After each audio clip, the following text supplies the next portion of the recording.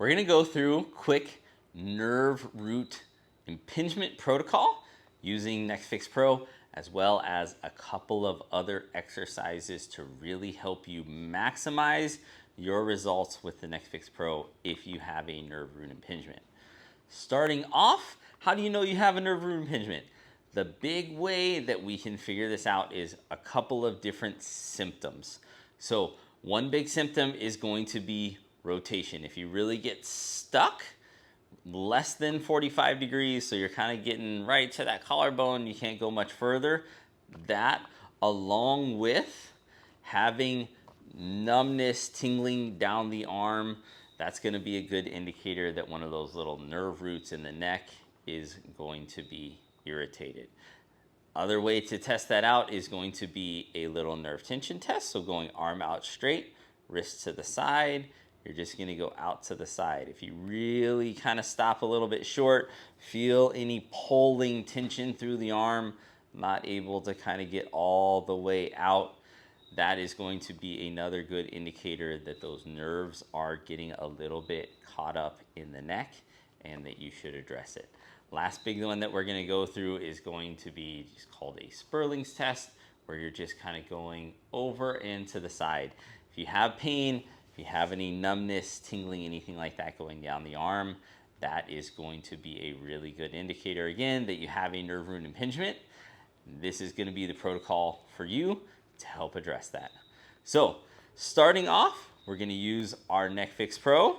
Hands are going to go into little loops. You can adjust which loop you go into if you want a little bit more tension, a little bit less tissue, little bit less tension, or you can get a little bit closer into the neck to actually get into. So we're going to take those little nubs, we're going to put them right into the center on each side of that little spinous process.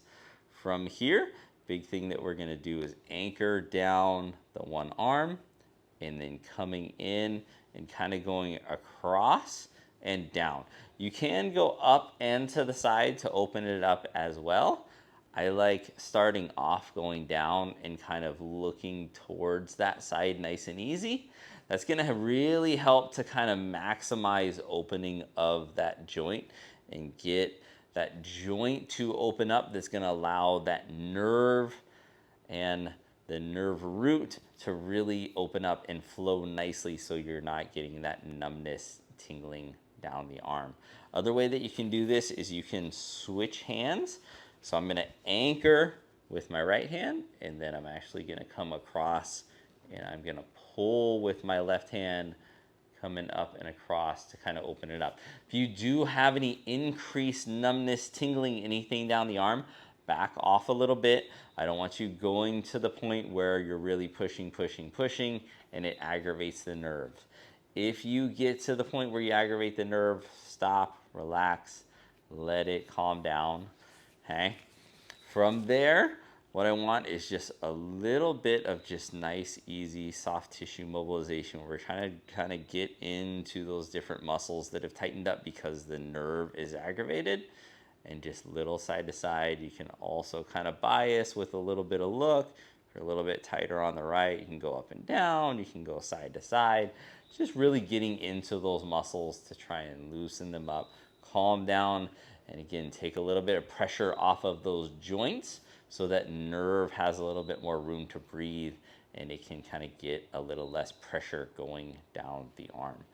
Once you've done those two, next big one that we're going to go through is going to be just a nerve glide. So if I have tension on the right, I have issues going down the right arm, we're going to go through a nerve glide. So starting off, we're going to go kind of like we're a waiter carrying a tray up here. From here, we're going to go out. As we transition out, the fingers are going to point up. This is an important part of the nerve glide, especially if you keep the arm down, that's going to really tension the nerve. If the nerve is very sensitive, that can irritate the nerve and cause the symptoms to get a little bit worse. So starting up, going out.